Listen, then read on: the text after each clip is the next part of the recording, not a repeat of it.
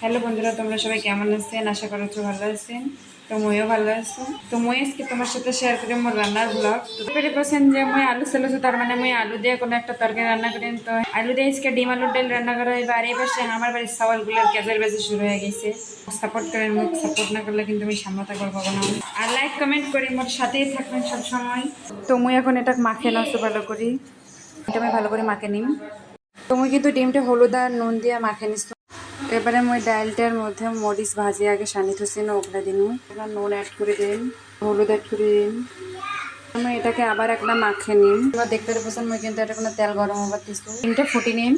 তোমার রান্না শেষ না পর্যন্ত তোমরা আমার সাথে থাকে না। আর ভিডিওটা ভালো লাগলে প্লিজ সাবস্ক্রাইব করে দেন। আর রান্না করার জানে না যে ক্যাঙ্কা গরম লাগে। তো তোমরা দেখো মই এবার ডিমটা সুন্দর করে ফুটে আসছো। ওটা না থাকলে সবাই তো জানেনি, কারণ ডিম তো সবাই ফুটি ফুটি খায় ডাল দিয়ে রান্দি। মোর ডিম ডাল দিয়ে মজা লাগে, ইন্ট করে ফুটিয়ে আন্দি খাইতে আমার খুব মজা লাগে। ওই খাও, মোর স্বামীও খায়, আমার বাড়ি সবাই খায়। তো তোমরা দেখতে পাচ্ছেন মোর কিন্তু ডিমটা ফুটি নেওয়া শেষ হল। মই এবার পেঁয়াজ আর রসুন দিয়ে ডালটা বাগার দিন। রসুনটা ভালোভাবে ভাজি নেন, নিয়ে তারপর ডালখান বাগার দিয়ে কষে টসিয়ে নামে নেন।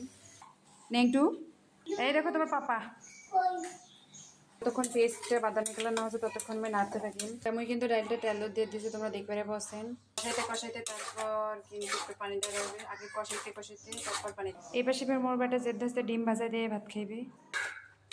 তুমি কিন্তু ডালটা ভালো করে কষে নিয়ে তারপর পানি দিছি, পানি দিয়ে থকবক আছে। এখন আমি কিন্তু ডিমটা দিয়ে দিন। মুই কিন্তু ডিম গিলা দিয়ে দিন। তোমরা দেখতে পাচ্ছেন কত সুন্দর দেখা যাচ্ছে ডালটা। তোমরা দেখতে পাচ্ছেন মুই কিন্তু আমার মশলা দিয়ে দিচ্ছি। এবার মুই তরকারিটা নামে নেই। তো মুই এবার যেগুলো থালি বাটি ময়লা হয়েছিল সেগুলো থালি বাটি মানজি নিন। তো তোমরা দেখতে পাচ্ছেন যে মুই তরকারি রান্না শেষ হয়েছে। এবার মুই বেটাক ভাত খেলে। প্লিজ আমাকে সাপোর্ট করবেন, সাপোর্ট না করলে কিন্তু আমি সামনে যেতে পারবো না। আর আমি কথা বলবো কি, আমার কথার সঙ্গে সঙ্গে আমার ছেলে আর যে দুষ্টামি করতেছে তাই কথা আমার ভালোভাবে আসতেছে না। কিন্তু আজকে আমাদের রংপুরের ভাষাতে ভিডিওটা করছি। তোমরা যদি চাও যে এই ভাষাতে আমি ভিডিওটা করি, তাহলে আমি এই ভাষাতেই ভিডিওটা কন্টিনিউ করবো। তো আমি আজকে আমি তো এখানেই বিদায় নিচ্ছি। দেখা হবে পরবর্তী কোনো ভিডিওতে। ততক্ষণ আল্লাহ হাফেজ।